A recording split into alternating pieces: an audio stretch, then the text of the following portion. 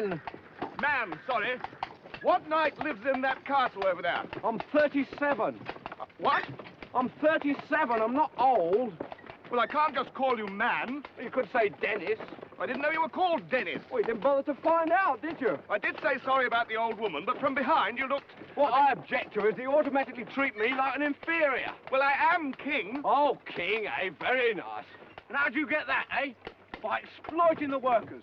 By hanging on to outdated imperialist dogma which perpetuates the economic and social differences in our society. If there's ever going to be any progress... Dennis, there's some lovely filth down here. Oh, how'd you do? How do you do, good lady? I'm Arthur, King of the Britons.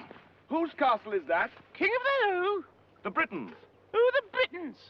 Well, we all are. We are all Britons. And I am your king. I didn't know we had a king. I thought we were an autonomous collective. You're fooling yourself. We're living in a dictatorship. A self-perpetuating autocracy in which the working classes... Oh, there you go, bringing class into it again. Well, that's what it's all about. If only people would Please, realize... please, good people. I am in haste. Who lives in that castle? No one lives there. Then who is your lord? We don't have a lord. What? I told you, we're an anarcho-syndicalist commune. We take it in turns to act as a sort of executive officer for the week. Yes. But all the decisions of that officer have to be ratified at a special bi-weekly meeting. Yes, I see. By a simple majority in the case of purely internal affairs. Be quiet. But by a two-thirds majority in the case of Be more quiet. I order you to be quiet. Order, who does he think he is? I'm your king. Well, I didn't vote for you. You don't vote for kings.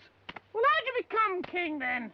The Lady of the Lake, her arm clad in the purest shimmering samite, held aloft Excalibur from the bosom of the water, signifying by divine providence that I, Arthur, was to carry Excalibur. That is why I'm your king. Listen, strange women lying in ponds distributing swords is no basis for a system of government. Supreme executive power derives from a mandate from the masses, not from some farcical aquatic ceremony. Be quiet.